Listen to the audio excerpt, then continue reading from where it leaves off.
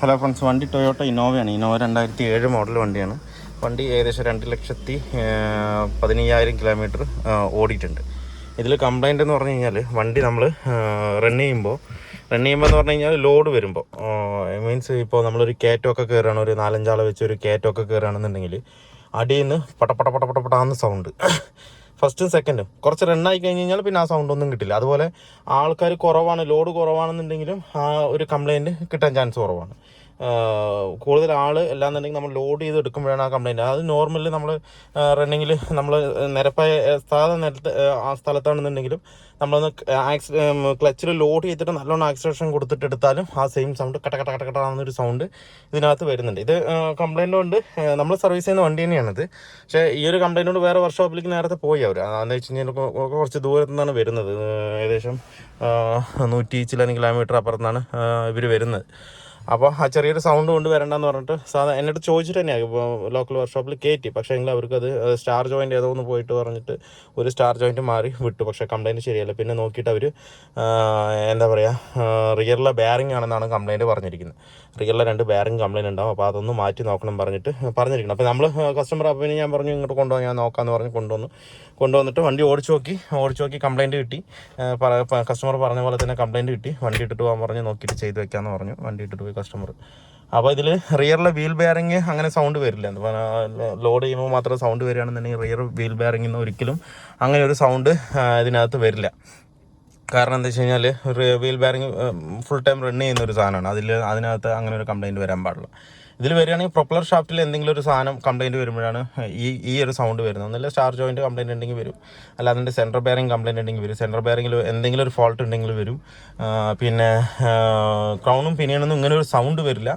ഒരു പൊട്ടൽ മാത്രം, ടക്കെന്നൊരു പൊട്ടൽ മാത്രമേ വരുള്ളൂ. അല്ലാതെ വേറുള്ള കടപട എന്നുള്ളൊരു സൗണ്ട് അതിനകത്ത് നിന്ന് വരില്ല. അപ്പോൾ എന്തായാലും നമുക്കൊന്ന് ചെക്ക് ചെയ്യാം. കംപ്ലൈൻറ്റ് എന്തായാലും കിട്ടിയിട്ടുണ്ട്. ബാക്കിയുള്ള കാര്യം നമ്മൾ ഡീറ്റെയിൽ ആയിട്ടൊന്ന് ചെക്ക് ചെയ്തതിന് ശേഷം ഞാൻ പറഞ്ഞുതരാം എന്താ കംപ്ലൈൻറ്റ് ഇതിനകത്ത് വന്നിരിക്കുന്നത്. ഈ 3 സ്ഥലങ്ങളിൽ ഈ കംപ്ലൈൻറ്റ് വരാൻ ചാൻസ് ഉള്ളൂ. അങ്ങനെ ഒരു സൗണ്ടാണ് ഇതിനകത്ത് കിട്ടുന്നത്. ലോഡ് ചെയ്യുമ്പോൾ മാത്രമുള്ള സൗണ്ടാണ് കിട്ടുന്നത്. അപ്പോൾ എന്തായാലും നമുക്കൊന്ന് നോക്കിയിട്ട് ഞാൻ കാണിച്ചു തരാം എവിടെ നിന്നാണ് കംപ്ലൈൻറ്റ് വന്നിരിക്കുന്നത്. അപ്പോൾ നമ്മൾ നോക്കിയതിൽ സ്റ്റാർ ജോയിൻ്റെ കാര്യങ്ങളൊന്നും കംപ്ലൈൻറ്റ് ഇല്ല. ഇതാണ്ടോ, ഇതിൻ്റെ സെൻട്രൽ ബെയറിങ് ഇതിൻ്റെ കപ്പ് പുറത്ത് തള്ളി കിടക്കുക ഉണ്ടല്ലേ, ആണല്ലേ, അതാണ് അതിൻ്റെ കംപ്ലൈൻറ്റ്. ഇത്ര ഉള്ളൂ ഇതിൻ്റെ കംപ്ലൈൻറ്റ് ഇല്ല. റിയർ വീൽ ബെയറിങ്ങോ ഒന്നും കംപ്ലൈൻറ്റ് ഇല്ല. ഇതാണ്ട, ഇവരെന്തുകൊണ്ടാണ് പെട്ടെന്ന് തന്നെ വേറെ ഒരു കംപ്ലൈൻറ്റ് മാറ്റി നോക്കാമെന്ന് പറയുന്നതെന്നുള്ള അറിയില്ല. വേറെ വർക്ക്ഷോപ്പിൽ ചെക്ക് ചെയ്തെന്ന് പറഞ്ഞു. പക്ഷേ റിയർ വീൽ ബെയറിങ് മാറ്റി നോക്കണം എന്നാണ് അവർ പറഞ്ഞിരിക്കുന്നത്. എപ്പോഴും ഒരു കംപ്ലൈൻറ്റ് വന്നു കഴിഞ്ഞാൽ ഫുള്ള് ഡയഗ്നോസ് ഒരു ദിവസം ഇട്ടോ 2 ദിവസം ഇട്ടോ 3 ദിവസം വേണമെങ്കിലും ഇടാം, കുഴപ്പമില്ല. നമുക്ക് ഡയഗ്നോസ് ചെയ്തതിന് ശേഷം മാത്രം നമുക്ക് മാറ്റിയാൽ മതി, ഇത് ചെയ്താൽ മതി.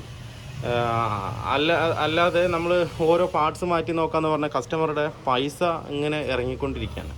എന്ന് വെച്ചാൽ ഇപ്പോൾ റിയർ വീൽ ബെയറിങ് പറഞ്ഞു കഴിഞ്ഞാൽ 1,500-2,000 രൂപ വരും ഒരു ബെയറിങ്ങിന്. 2 മാറ്റിയെന്ന് പറഞ്ഞാൽ 4 രൂപ പോയി.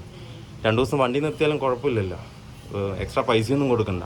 നമുക്ക് ചെക്ക് ചെയ്ത് സമാധാനത്തിൽ കൊടുത്താൽ മതിയല്ലോ. ഇതിപ്പോൾ ഞാൻ വേറെ ഒന്നും നോക്കിയില്ല, ഇങ്ങനെ കിടക്കുന്നത്. അത് മാത്രമല്ല, ഇത് ബെയറിങ് ഫിറ്റ് ചെയ്തിരിക്കുന്നത് ക്രോസിലാണ്. ഇതന്നെ ഇവിടെ ഗ്യാപ്പ് കൂടി, അതേ ഇത് ഇപ്പുറത്ത് ഇവിടെ ഗ്യാപ്പ് കൂടി. ഇങ്ങനെ ഒരിക്കലും സെറ്റ് ചെയ്യാൻ പറ്റില്ല. അതിൻ്റെ ഡാമ്പിങ്ങിൻ്റെ ഈ ബുഷ് വളഞ്ഞിട്ടായിരിക്കും നിൽക്കുക. ബെയറിങ്ങിനൊന്നും പറ്റില്ല, അത് കറക്റ്റായിരിക്കും. പക്ഷേ ഈ ഡാമ്പിങ്ങിന് ഈ ഒരു റബ്ബറിന് ഒരു ലോഡ് വരും അതിനകത്ത്. അപ്പോൾ അതെപ്പോഴും കറക്റ്റാക്കിയിട്ട് അതിൽ തന്നെ മാർക്കിംഗ് ഉണ്ടാകും. ബോൾട്ട് നേരത്തെ ഇട്ടതിൻ്റെ മാർക്കിംഗ് ഉണ്ട്. ആ മാർക്കിംഗ് തന്നെ കറക്റ്റായി കയറ്റി കഴിഞ്ഞാൽ കറക്റ്റായിരിക്കും.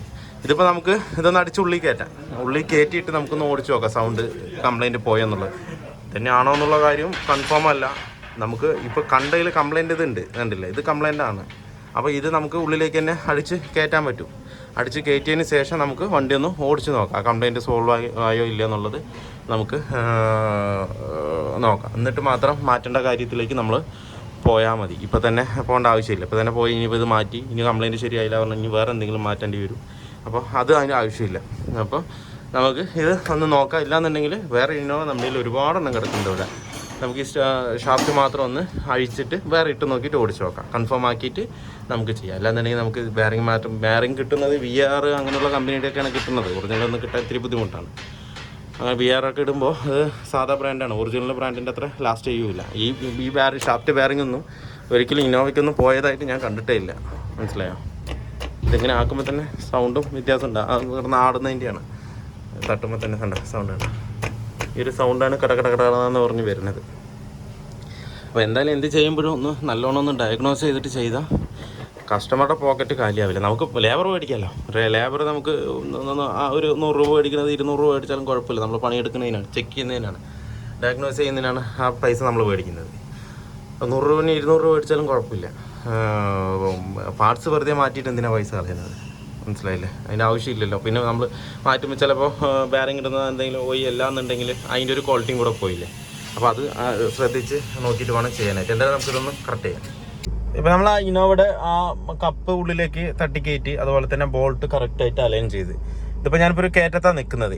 ഇങ്ങനെയാണ് അതിൻ്റെ കംപ്ലൈൻറ്റ് വരുന്നത്. കയറ്റത്ത് നമ്മൾ ഫസ്റ്റ് ഗിയർ ഇട്ടിട്ട് ക്ലച്ച് എടുത്തിട്ടൊന്ന് വെള്ളത്തിൽ വലിച്ച് കയറ്റുമ്പോൾ കട്ട കട്ട കട്ട കട്ട കട്ട കട എന്ന് പറഞ്ഞടിക്കും. അത് ഫുൾ ടൈം നോർമൽ റോട്ടിലാണെങ്കിലും കിട്ടും. ആൾ വെയിറ്റ് കൂടി കഴിഞ്ഞ് കഴിഞ്ഞാൽ കൂടുതൽ കിട്ടും. എന്ന് വെച്ചാൽ ഷാഫ്റ്റിലേക്ക് ലോഡ് കൂടുതൽ വരുമ്പോൾ ഈ സാധനം കിടന്ന് അടിക്കുകയാണ്, പടപടാന്ന് പറഞ്ഞ് അടിക്കുകയാണ്. അതായിരുന്നു കംപ്ലൈൻറ്റ്. ഇപ്പോൾ അത് ക്ലിയർ ആയിട്ടുണ്ട്. പക്ഷേ ആ പ്ലേറ്റ് ലൂസാണ്. ലൂസ് എന്ന് പറഞ്ഞു കഴിഞ്ഞാൽ പിന്നീട് അത് അഴിഞ്ഞ് വരാൻ സാധ്യത ഉണ്ട്. അപ്പോൾ അത് നോക്കിയിട്ട് വേണം നമുക്ക് ഇനിയിപ്പോൾ മാറ്റണോ വേണ്ടോ എന്നുള്ളത് കസ്റ്റമറുടെ അടുത്ത് ചോദിച്ച് ഇങ്ങനെ പറഞ്ഞു കൊടുക്കണം. ഇതിപ്പോൾ കംപ്ലൈൻറ്റ് ഓക്കെയാണ്, പക്ഷേങ്കിൽ മാറ്റുന്നതായിരിക്കും കുറച്ചുകൂടെ ബെറ്റർ. ആ സെൻട്രൽ ബെയറിങ് കംപ്ലീറ്റ് അത് VARയുടെയോ ഒന്നും വേറൊരു മേക്കൊന്നും അതിനകത്ത് ഇടാൻ പറ്റില്ല. എന്ന് വെച്ച് കഴിഞ്ഞാൽ അത് സൗണ്ട് കാര്യങ്ങൾ വേറെ സൗണ്ടുകൾ ഉണ്ടാക്കും. അതർ ബ്രാൻഡ് ഇട്ട് കഴിഞ്ഞ് കഴിഞ്ഞാൽ ഒറിജിനൽ തന്നെ ഇടണം. അല്ലാന്നുണ്ടെങ്കിൽ യൂസ്ഡ് നമ്മൾ നല്ലത് നോക്കിയെടുത്തിട്ട് ഷാഫ്റ്റ് നോക്കിയിട്ട് കയറ്റി തന്നെ വേണം. ഒരു പീസ് ബാക്ക് പീസ് ഒഴിച്ചിട്ട് ബാക്കിയുള്ള ഒരു പീസ് മാത്രം നമ്മൾ മേടിച്ചിട്ട് സെപ്പറേറ്റ് മേടിച്ചിട്ട് യൂസ്ഡ് മേടിച്ചിട്ട് കയറ്റുന്നതായിരിക്കും ബെറ്റർ. അത് ഒന്നുകൂടെ ലാസ്റ്റ് ചെയ്യും നമുക്ക്. ഇതൊന്നും ഇന്നോവയുടെ ഒന്നും ഈ സെൻട്രൽ ബെയറിംഗ് ഒന്നും ഒരിക്കലും കംപ്ലൈൻറ്റ് വരില്ല. എപ്പോഴും പക്കയായിട്ട് തന്നെ ഇരിക്കും. കംപ്ലൈൻറ്റ് ഇല്ലാത്ത സാധനമാണിത്. അപ്പോൾ നമുക്കത് കസ്റ്റമറുടെ അടുത്ത് ഇൻഫോം ചെയ്തിട്ട് എങ്ങനെയാണോ ചെയ്യേണ്ടതെന്നുള്ള ഇത് നമുക്ക് നോക്കിയിട്ട് ചെയ്യാം. എന്താ വെച്ചാൽ കംപ്ലൈൻറ്റ് നമുക്കിപ്പോൾ കണ്ടുപിടിച്ചു. കംപ്ലൈൻറ്റ് അത് തന്നെയായിരുന്നു. ഇപ്പോൾ നമ്മളിതാ ഇങ്ങനെ ഒരു സൗണ്ടും ഇല്ല. ഇപ്പം നേരത്തെ എന്ന് പറഞ്ഞാൽ ഇങ്ങനെ നമ്മൾ കാല് കൊടുത്തൊന്ന് റൈസ് ചെയ്ത് എടുത്തു കഴിഞ്ഞ് കഴിഞ്ഞാൽ പടപടാന്ന് സൗണ്ടാണ്. ഇപ്പം ഇല്ല, സൗണ്ടില്ല. അപ്പോൾ പക്കയായിട്ടുണ്ട്. അപ്പം ഇനിയിപ്പോൾ നമുക്ക് ഒന്ന് കസ്റ്റമറിൻ്റെ അടുത്ത് ഒന്ന് സംസാരിച്ചിട്ട് നോക്കിയിട്ട് ചെയ്യാം. അപ്പം നമ്മൾ എന്ത് ചെയ്യാണെന്നുണ്ടെങ്കിൽ ഒന്ന് പക്കയായിട്ട് ഡയഗ്നോസ് ചെയ്യാം. ഓക്കെ. ഞാൻ കസ്റ്റമറുടെ അടുത്ത് ഓടിച്ചപ്പോൾ തന്നെ ഞാൻ പറഞ്ഞു, കസ്റ്റമർ എൻ്റെ അടുത്ത് പറഞ്ഞു ഇതിപ്പോൾ റിയർ വീൽ ബെയറിംഗ് സൗണ്ടാണെന്നാണ് പറഞ്ഞത് എന്ന് പറഞ്ഞിട്ട് പറയണ്ടായിരുന്നു. ഞാൻ പറഞ്ഞു റിയർ വീൽ ബെയറിംഗ് സൗണ്ട് അല്ല അത്. നമുക്ക് വണ്ടി ഓടിച്ചാൽ തന്നെ അതിൻ്റെ ഫാൾട്ട് ഒരു 100-ൽ 80% നമുക്ക് കിട്ടുക. സൗണ്ട് എവിടെ നിന്നാണ്, എങ്ങനെയാണ്, ഏത് സമയത്താണ് വരുന്നത് ഒക്കെ കൂടി ഒന്നൊരു കാൽക്കുലേഷൻ ചെയ്ത് കഴിഞ്ഞാൽ നമുക്ക് കിട്ടും. ഇന്ന പോയിന്റ് നിന്നാണ് ആ സൗണ്ട് വരുന്നത് എന്നുള്ളത് കറക്റ്റായിട്ട് അറിയാൻ പറ്റും. അപ്പോൾ ഇന്നലെ തന്നെ ഞാൻ ആളുടെ അടുത്ത് പറഞ്ഞു ഇതിപ്പോൾ വലിയ മേജർ പണിയൊന്നും അല്ല, ഏതോ ഒരു ബോൾട്ട് നെട്ടോ ലൂസാകുന്ന ഒരു സൗണ്ടാണെന്നാണ് ഞാൻ പറഞ്ഞത്. അല്ലാതെ ഷെയ്ക്കാവുന്ന ഒരു സൗണ്ടാണ്, അല്ലാതെ മേജർ പണിയൊന്നും അല്ല എന്ന് ഞാൻ ഇന്നലെ കസ്റ്റമറുടെ അടുത്ത് പറഞ്ഞു. പക്ഷേ സമയം വേണം. ഇന്നലെ നല്ല തിരക്കുണ്ടായിരുന്നു. കഴിഞ്ഞ ദിവസമാണ് വന്നത്. അപ്പോൾ നല്ല തിരക്കുണ്ടായിരുന്നു. ആ സമയത്ത് എനിക്ക് നോക്കാനും പറ്റിയില്ല, വേറെ വണ്ടികളൊക്കെ കയറിയിട്ട്. അപ്പോൾ വണ്ടി വിട്ടിട്ട് പോകാൻ പറഞ്ഞു. ഞാൻ നോക്കിയിട്ട് ഞാൻ വിളിക്കാമെന്ന് പറഞ്ഞു. അപ്പോൾ കാലത്ത് വന്ന് നോക്കി അപ്പോൾ ഈ കംപ്ലയിൻറ്റ് കണ്ടുപിടിച്ച് ഇതായിരുന്നു കംപ്ലയിൻറ്റ്. ഇനിയിപ്പോൾ കസ്റ്റമറുടെ അടുത്ത് നമുക്ക് ഇൻഫോം ചെയ്തിട്ട് നമുക്ക് മാറ്റുകയാണെങ്കിൽ മാറ്റാം. എന്താണോ ആ കസ്റ്റമർ പറയുന്നത് അതിനനുസരിച്ച് നമുക്ക് ചെയ്യാം. അപ്പോൾ നമ്മുടെ ഇന്നോവയുടെ വർക്ക് ഫുള്ളി കംപ്ലീറ്റ് ആയിട്ടുണ്ട്. അപ്പോൾ ഇതിൽ നമ്മൾ ചെയ്തത് പ്രൊപ്പല്ലർ ഷാഫ്റ്റ് നമ്മൾ മാറ്റുകയാണ് ചെയ്തത്. സെക്കൻഡ് ഹാൻഡ് മേടിച്ചിട്ട് മാറ്റുകയാണ് ചെയ്തത്. ആ കംപ്ലയിൻറ്റ് കണ്ടുപിടിച്ചതിന് ശേഷം അതെന്താ വെച്ച് കഴിഞ്ഞാൽ അങ്ങനെ വെച്ച് ഓടിയാലും കുറച്ച് ഓടിക്കഴിഞ്ഞ് കഴിഞ്ഞാൽ ആ പ്ലേറ്റ് വീണ്ടും പുറത്തേക്ക് ചാടും, വീണ്ടും സൗണ്ട് കടകടാന്ന് സൗണ്ട് ഉണ്ടാക്കും. അപ്പോൾ അത് കസ്റ്റമറുടെ അടുത്ത് പറഞ്ഞിട്ട് നമ്മൾ പുതിയതല്ല ഇട്ടിരിക്കുന്നത്, സെക്കൻഡ് ഹാൻഡ് ഷാഫ്റ്റോട് കൂടിയിട്ട് നമ്മൾ മാറ്റിയിരിക്കുകയാണ്. പുതിയതെന്ന് പറഞ്ഞു കഴിഞ്ഞാൽ VARയുടെയൊക്കെ ഇട്ട് കഴിഞ്ഞാൽ വീണ്ടും കംപ്ലയിൻറ്റ് വരാൻ ചാൻസ് കൂടുതലാണ്. അതുകൊണ്ട് ഷാഫ്റ്റ് അടക്കം സെക്കൻഡ് ഹാൻഡ് നമ്മൾ മേടിച്ചതിനകത്ത് സെറ്റ് ചെയ്യും. പിന്നെ ഒരു കംപ്ലയിൻറ്റ് കസ്റ്റമർക്ക് ബ്രേക്കിംഗ് കറക്റ്റ് അല്ല എന്നാണ് പറയുന്നത്. ബ്രേക്കിംഗ് എന്തോ പോലെ ഫീൽ ചെയ്യുന്നുണ്ടെന്ന് പറഞ്ഞു. അപ്പോൾ അത് നോക്കുമ്പോൾ ഫ്രണ്ടിലും ബാക്കിലും ഡിസ്കും ഡ്രമ്മും നല്ല സ്കോറിങ് ഉണ്ട്.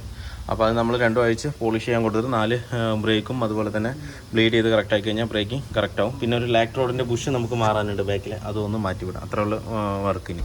ഇപ്പോൾ ഡ്രമ്മ് പോളിഷിന് പോയിരിക്കുകയാണെങ്കിൽ ഇപ്പോൾ വന്നു കഴിഞ്ഞ് കഴിഞ്ഞാൽ അതും കൂടെ സെറ്റ് ചെയ്ത് കഴിഞ്ഞ് കഴിഞ്ഞാൽ ഇന്നോവയുടെ വർക്ക് കംപ്ലീറ്റ് ആവും. ബുഷ് ഒന്ന് മാറ്റി വിടണം. ബാക്കി കസ്റ്റമർ മെയിനായിട്ട് പറഞ്ഞ കംപ്ലയിൻറ്റ് സോൾവ് ആയിരുന്നത് ആ സെൻട്രൽ ബെയറിങ്ങിൻ്റെ കംപ്ലയിൻറ്റ് തന്നെ ആയിരുന്നു. അപ്പോൾ വീഡിയോ എല്ലാവർക്കും ഇഷ്ടമുള്ള ലൈക്ക് ചെയ്യുക, ഷെയർ ചെയ്യുക, അതുപോലെ തന്നെ സബ്സ്ക്രൈബ് ചെയ്യാതെയാണ് വീഡിയോ കാണുന്നതെങ്കിൽ ഒന്ന് സബ്സ്ക്രൈബ് ചെയ്ത് സപ്പോർട്ട് ചെയ്യുക. അപ്പോൾ മറ്റൊരു വീഡിയോയിലേക്ക് കാണുന്നവരെ എല്ലാവർക്കും ബൈ.